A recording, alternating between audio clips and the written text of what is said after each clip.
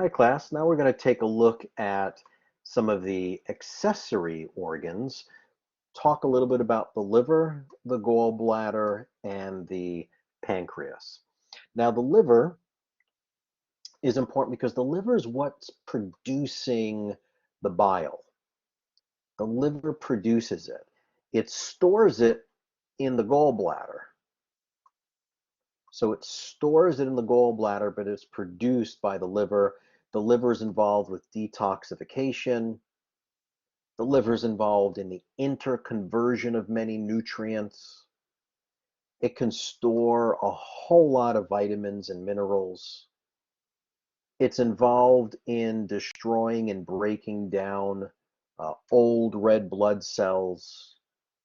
The liver is involved in producing cholesterol and lipoproteins, and it's involved in our immunity.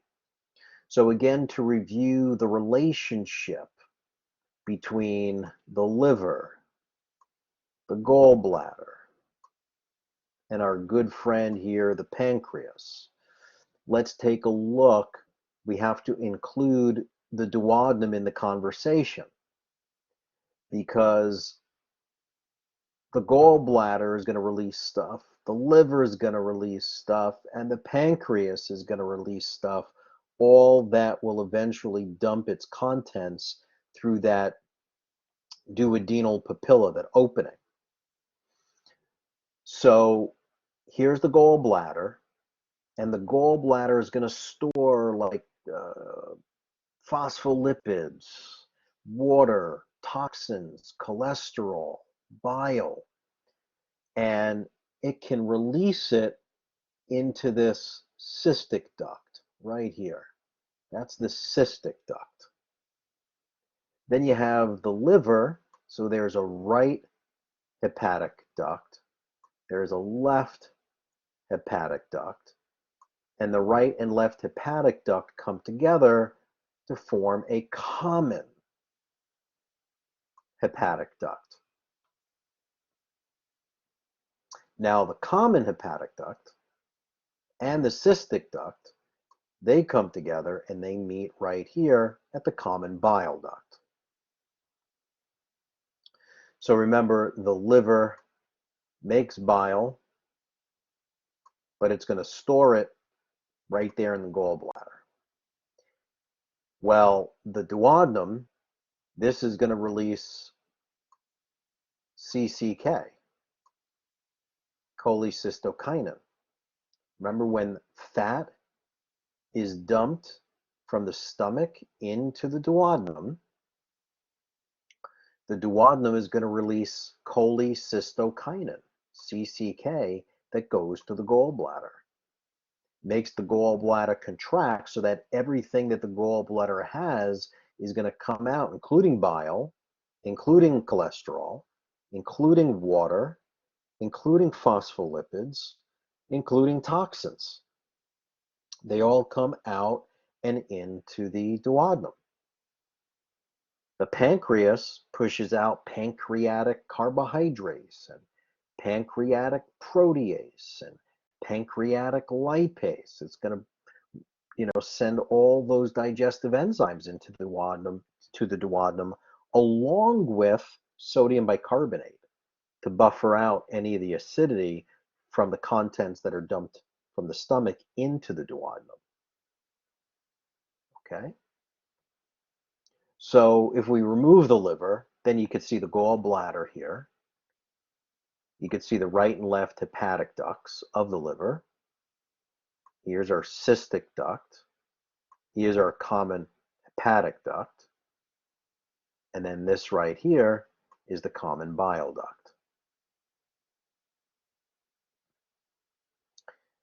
Now, if for some reason there's a stone that gets lodged in here, or an obstruction that gets lodged in here, everything can back up. You're going to get everything backing up into the gallbladder. You get things backing up into the pancreas, and those enzymes can emulsify and break down those organs. Becomes very destructive. Now the liver is super important for detoxification.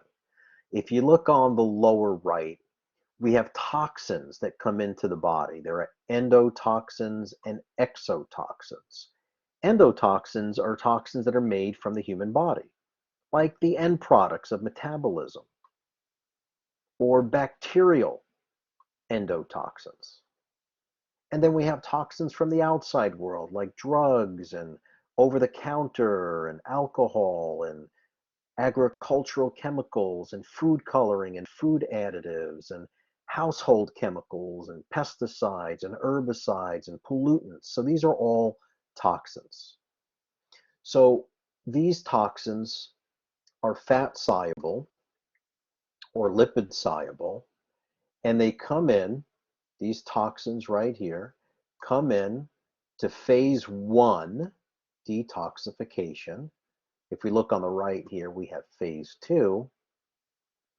And then the kidneys over here on the right, that's involved with phase 3. So fat-soluble toxins come in and they go through this what's called the cytochrome P450 system. And its main goal is to try and get these fat-soluble substances broken down into water-soluble so that our body can excrete these water-soluble substances into bowel movements or urination. Okay? But here's what happens. The toxins come in, and you can see that we need lots of nutrients to protect us. A lot of B vitamins, we have glutathione, we have our branched chain amino acids, you have flavonoids, phospholipids, really important nutrients for the cytochrome P450 system. And when these toxins come in, the breakdown of these toxins create what is referred to as intermediary metabolites, right? It's the middleman. And the middleman is more toxic than the original toxin. So it creates what's called reactive oxygen species. And these reactive oxygen species can be really damaging to our DNA. And we need to be sure that our body is equipped with antioxidants to counteract the oxidants, right? The oxidants are like bullets. The antioxidants are like wearing a bulletproof vest. So the antioxidants like vitamin A, vitamin C, vitamin E, selenium, copper, zinc, manganese, CoQ10, thiols, and cruciferous vegetables and garlic, bioflavonoids. These are amazing antioxidants. Now, if you're deficient in these and your body is trying to detoxify, the detoxifying phases are going to create a lot of reactive oxygen species. They're going to damage your DNA and get you very sick if you don't have enough antioxidants to quench the oxidants. In phase 2, we need protein. We need glycine, taurine, glutamine, NAC, methionine, cysteine, a lot of the precursors to glutathione we need. So we need good nutrients for phase 1, good nutrients for phase 2. And if we have good phase 1 and phase 2 support, now we can get the excretory derivatives, which are water soluble. So now we can push it out through the stool, through bowel movements, or we could push it out through the kidneys through urination. And this is why healthy bowel movements and urination are so very important. That's why we need good fiber in our diet to help remove the bile and the toxins through bowel movements, through the stool, and plenty of water to excrete the toxins through urination, phase 3. Okay, so the liver is important for detoxification. This is why you hear, do not do a detoxification or a cleanse without doctor supervision, because we want to make sure that our patients are really equipped with proper antioxidant support and the proper nutrients for both phase 1 and for phase 2 of liver detox. If you're deficient in any of these, it's just not going to be very efficient. Now, in terms of the liver, there's cirrhosis of the liver, which is irreversible inflammatory disease of the liver, which could be characterized by fatty infiltration and fibrotic tissue. Okay, now there is primary biliary cirrhosis that could be caused by a blockage in the biliary system. This is what I was showing you here. Like if any blockage occurs anywhere in the gallbladder, in the liver, or the pancreas, that can result in a backup. There's alcoholic cirrhosis. Okay, now there's another called non-alcoholic fatty liver disease. This is somewhat reversible, NAFLD. But alcoholic fatty liver disease or alcoholic cirrhosis is not. This is what cirrhosis of the liver looks like. And the symptoms are going to be enlarged liver. That's called hepatomegaly. Jaundice, yellowing of the skin, yellowing of the eyes, weight loss, anorexia, nausea, edema, like puffiness and swelling around the ankles and the face. And the liver enzymes are going to be elevated in patients that are experiencing cirrhosis. Now, NAFLD, non-alcoholic fatty liver disease, this is seen in people with metabolic syndrome, high triglycerides, high blood sugar, insulin resistance, right? Seen with obesity, high cholesterol. This is what we're looking at here. Not so much here, but this one right here, this is still reversible. So this is when the person's consuming lots of sugar and fructose and sucrose, sugar and fructose, and you're going to get this production of fat. That's what lipogenesis is, fat producing, plus free fatty acids. They're going to enter into the liver cells. And when you get this fat accumulation, this fatty infiltration into the liver, it creates mitochondrial dysfunction. That within itself creates reactive oxygen species, ROS, reactive oxygen species. That's going to create liver cell death. Okay? That's going to create immune cell activation, inflammation, fibrosis. So if you're in the earlier stages of NAFLD, a lot of this can be reversed. Okay, you don't want to get to this fibrotic stage. You don't want to get to that stage where you have fibrosis. Things evidence-based that are known to help with NAFLD, milk thistle, coffee, zinc, and vitamin A. These are evidence-based solutions that are known to help treat NAFLD. They say if a person loses 7 or 8% of their body weight, that's extremely, extremely helpful for NAFLD. Therapies for cirrhosis of the liver, when it becomes fibrotic, there's really not much they can do because it's functionless. It's not working as it should. So liver transplants are really the only option there. And liver transplants really aren't very successful. They're inconsistent. You've heard of hepatitis before, right? Hepatitis A, B, and C. It's an acute viral infection of the liver. And hepatitis A is the fecal to oral route contamination. Fecal to oral route, you always hear when people with restaurants, you always see those signs for the cooks, to wash their hands after using the bathroom. Hepatitis B and hepatitis C, These are spread by blood and body fluids, sexual contact, needles, toothbrushes, even old school tattooing when they would double dip into the ink, sharing ink with several people, hepatitis C. So antivirals are typically the drug of choice that are used to control the disease. Now, in terms of digestion, the process of digestion is hydrolytic. Okay, so it means that in order to break certain chemical bonds, we need to add water.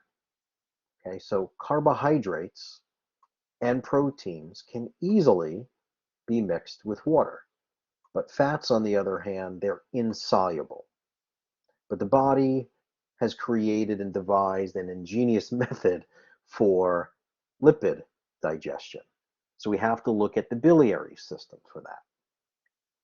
So if we follow number one, we have acidic fatty chyme that's entering the duodenum, causing the release of cholecystokinin. So there's fat that's in the stomach, it enters the duodenum is going to release cholecystokinin.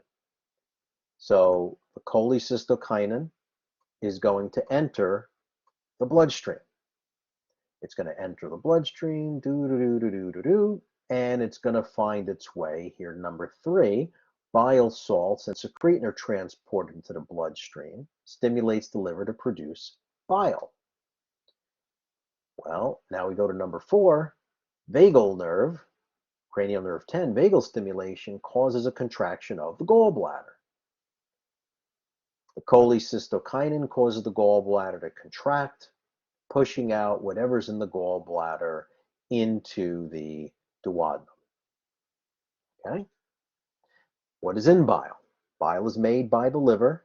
There's water, phospholipids, bile salts. Those are the emulsifiers, meaning these are designed to break down the fats.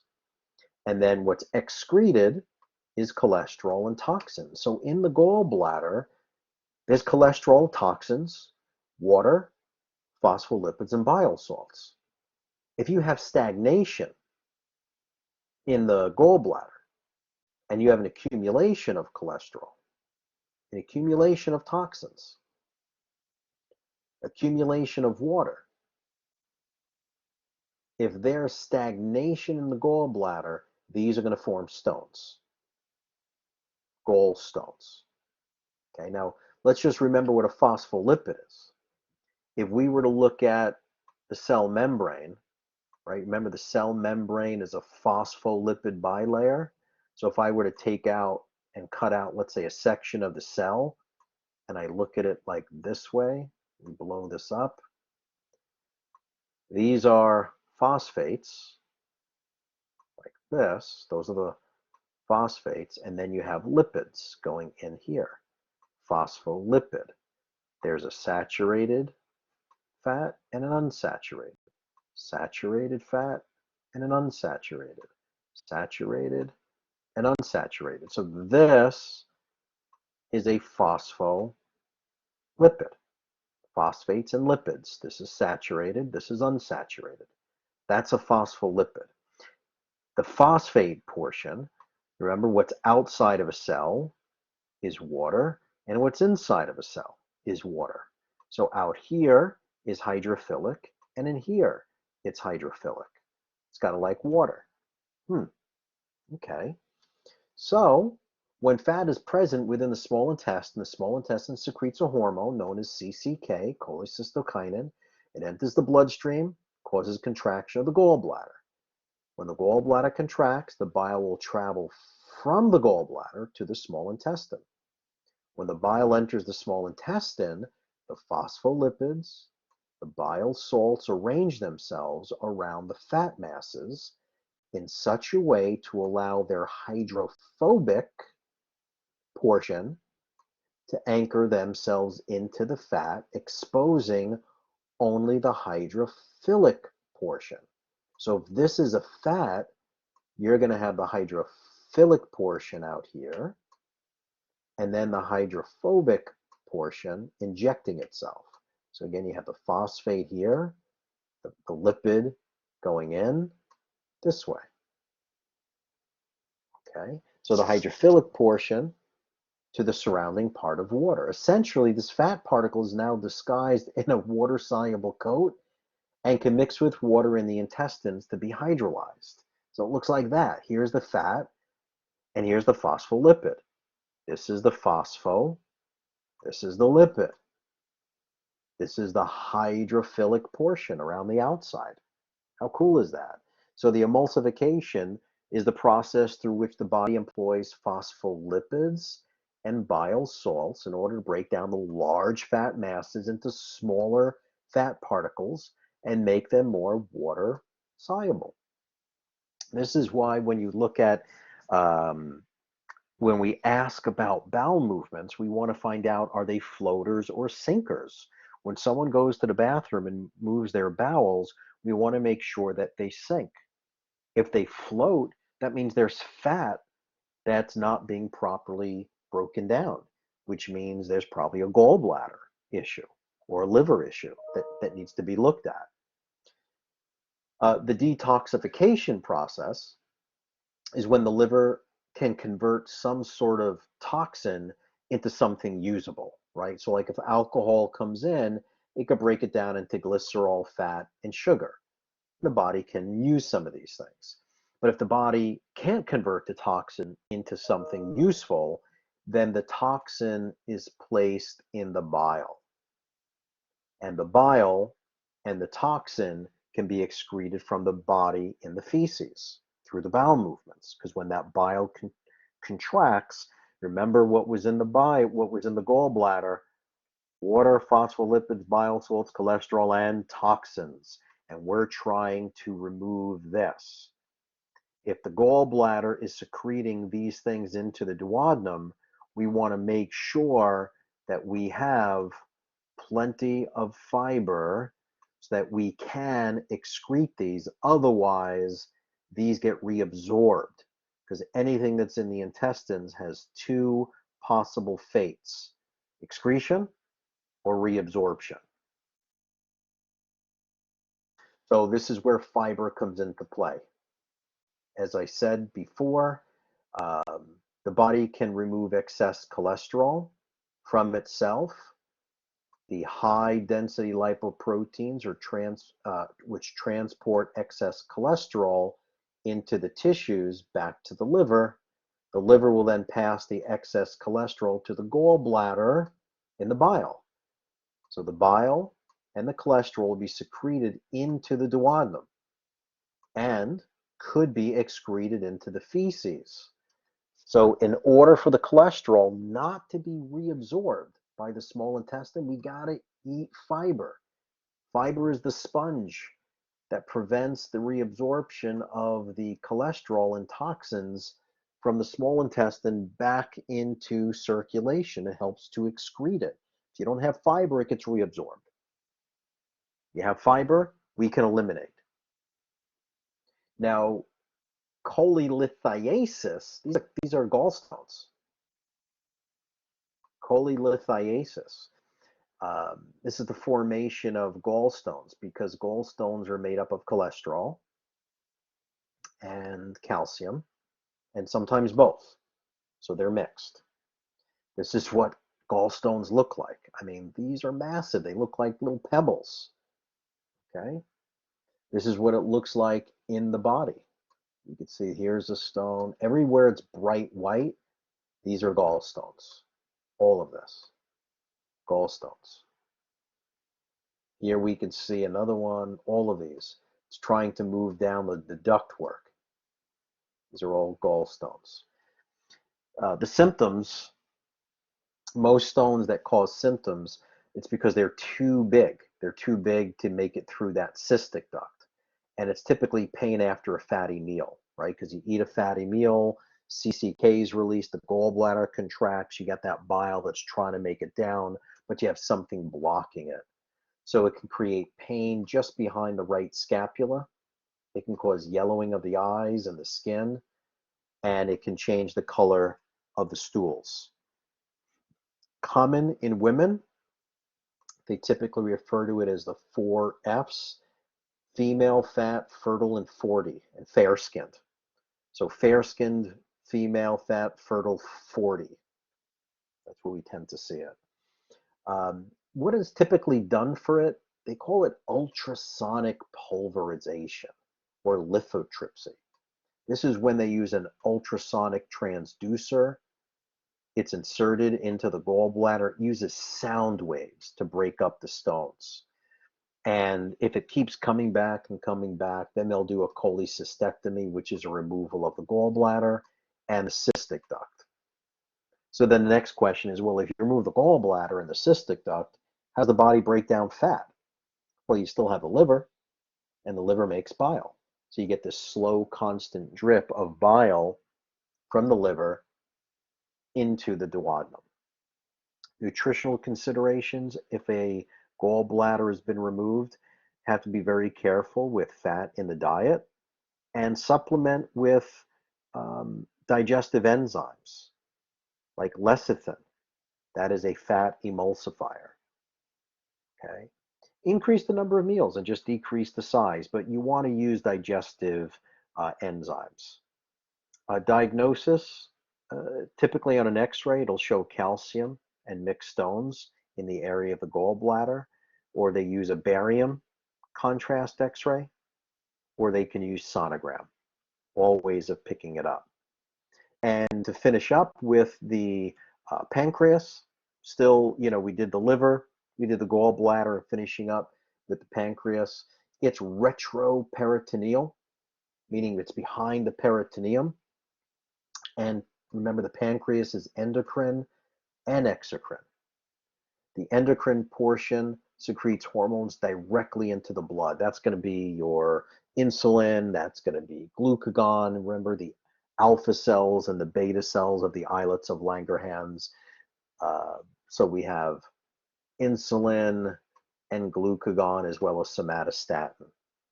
The exocrine portion, this is where you have those acinar cells. They're going to secrete sodium bicarbonate. That's going to help to buffer some of the acidity from the stomach. And then you have the pancreatic lipase, you have pancreatic amylase, pancreatic protease. Pancreatic protease is sometimes referred to as trypsin, and inactive trypsin is just called trypsinogen. Okay. So then there's your liver, there's your gallbladder, there's your pancreas connection. Now, pancreatitis is acute inflammation of the pancreas, and it could be caused by some sort of obstruction or some sort of biliary tract disease or a stone, and even alcoholism. So patients will generally experience acute stomach pain. It's severe, it's boring quality in the area of the pancreas. It can radiate into the back. The patient will appear very, very ill. They'll have fever, they'll have a diaphoresis, lots of sweating, and fast heart rate, tachycardia. The therapy is typically hospitalization, the correction of that biliary tract disorder, and removal of alcohol from the diet. Pancreatic cancer, it's a pretty painful cancer. Adenocarcinomas of the exocrine portion of the pancreas, they occur about 9 times more frequently than those arising from the acinar cells. And pancreatic cancer occur more frequently in men than in women. Typically seen in a history of people with pancreatitis and with a history of smoking. Most of these people that get stomach pains, again, they get that yellowing of the eyes or the skin. They have weight loss, indigestion, and in 90% of the patients, the tumor has spread or metastasized by the time that it's been discovered. Pancreatic cancer has a very, very poor survival poor survival rate.